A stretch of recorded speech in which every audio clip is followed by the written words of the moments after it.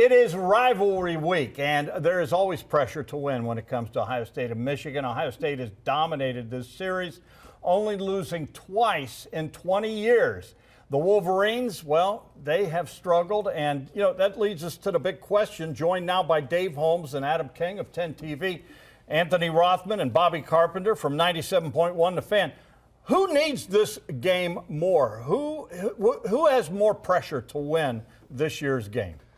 Goodness, well, you'd probably want to start with Jim Harbaugh up north. I mean, This would be an opportunity for him to finally break through. You're playing against a freshman quarterback. You have a veteran quarterback. You have a really solid defense. You've built this team in your image, and so you start looking around like, well, they may lose some receivers, but C.J. Stroud's probably only going to get better. They've got Travion Henderson for the next couple of years. He looks like he's only going to get better. They have a pretty young nucleus that is going to continue to grow. And so I guess I look at it like this, where you have to start beginning to pick your spots. Like, when is the time for you to go all in?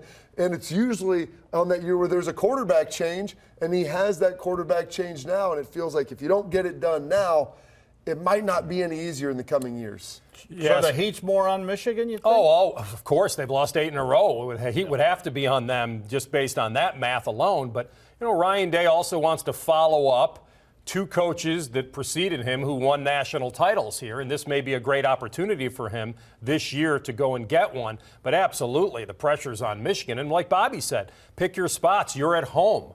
That's an opportunity right there. And if they could get their first one and break through this year, they'd be able to celebrate in their home stadium. Not that celebrating anywhere, beating Ohio State wouldn't be big for them. But no, the pressure's on them. It mounts every year. The cords of wood keep stacking in losses. And eventually, like Bobby said, they're going to have to make a decision on one of their favorite sons who guaranteed the victory in '86 and brought it home, on whether he is the right guy to keep going. So absolutely, the pressure's on them. Well, I feel like we've been in this exact scenario for the last 5 years. Is Jim Harbaugh, does he need to win the Ohio State game to keep his job? And I feel like that's just become the storyline of this game. But I think you're also right in the regard that they're at home. They're in the big house. This is one of the best teams they've had in recent years. And if there's going to be a time for them to get Ohio State, as you said, the experience, it's only going to get better with Ohio State's recruiting classes they brought in. And you wonder, if Jim Harbaugh doesn't get it done on Saturday, is his job done? Well, Jim Harbaugh's lost a lot of games in this rivalry for a short time. But you know what he hasn't done? Lost back-to-back at home. Okay? And because they were able to duck out of last year's game in Columbus, you could lose back-to-back games in your building. And Bobby's on the money. It's if not now, then when? It feels like that. And going into this year, I thought the same thing you did. It's going to be in your house again, a new quarterback. I mean, but that said, so yes, the heat's on Michigan. That said, Ryan Day is taking over for a guy who never lost. And let's not act like this city won't lose their mind at one loss to this team. I think it's gotten to the point now, like you said, 2 in 20 years, 15 of 16. It's gotten to the point now that one loss is not seen as acceptable in Columbus. And I would be very curious to see the reaction, because Ryan Day has not won a championship yet, which is absurd standard to think he has to win one in his first couple of years. That said, I think this town would probably get pretty hot pretty fast with just one loss. And I agree with that. And let me just say this. I'm not saying that's fair. I'm saying I think that's what would happen. I could see that. I think it's totally unfair. But let me just say this about Ryan Day.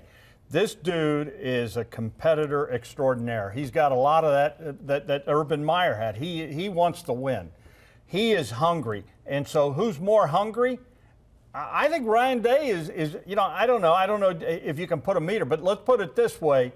He remembers the stuff that happened last year. He remembers saying, I want to hang 100 on those guys and whatever. And so I think this is the game. I remember, God rest Bill Miles. Bill Miles said the job saver game. This is the job saver game.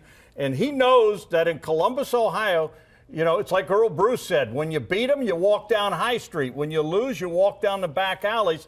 And people were going nuts on Twitter talking about a 9-point victory over Nebraska, acting like it was a loss. Biggest loss of the season for Nebraska. It wasn't enough. You know, Well, so the thing that I think is interesting is how much last season fuels this Ohio State team. I mean, some of those guys haven't had their chance to play Michigan. Now they get that chance at the Big House. Does that give them a lot more motivation? And listen, nobody's saying Michigan ducked Ohio State last season. Oh, but Bobby's going to say it. No. Bobby will say it. Say it, But Bobby. you wonder if that fires them up. And then I have a second question for you, which is this. There's this debate around Ohio State, Michigan, and how big it is for Buckeye players when they've won so many.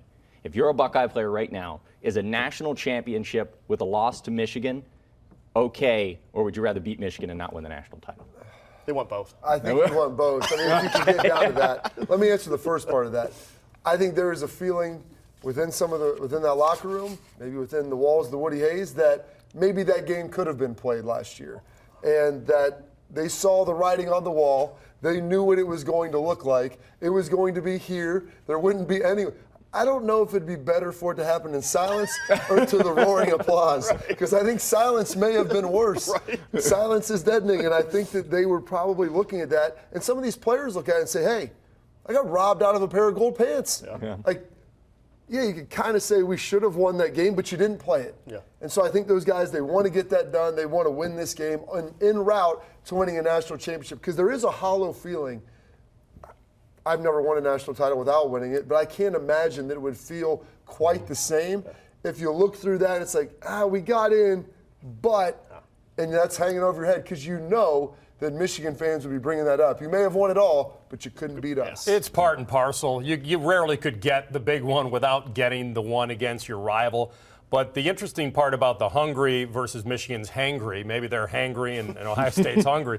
But I would say this. We're getting into weird territory with Ohio State, and that people think this is automatic. Yeah. Yep. And so if Ryan Day were to lose to Michigan, you're getting to the point where the loss actually means more than one L. Let's stop for a second and remember how tough this game is. Bob played it. He can tell you it doesn't matter.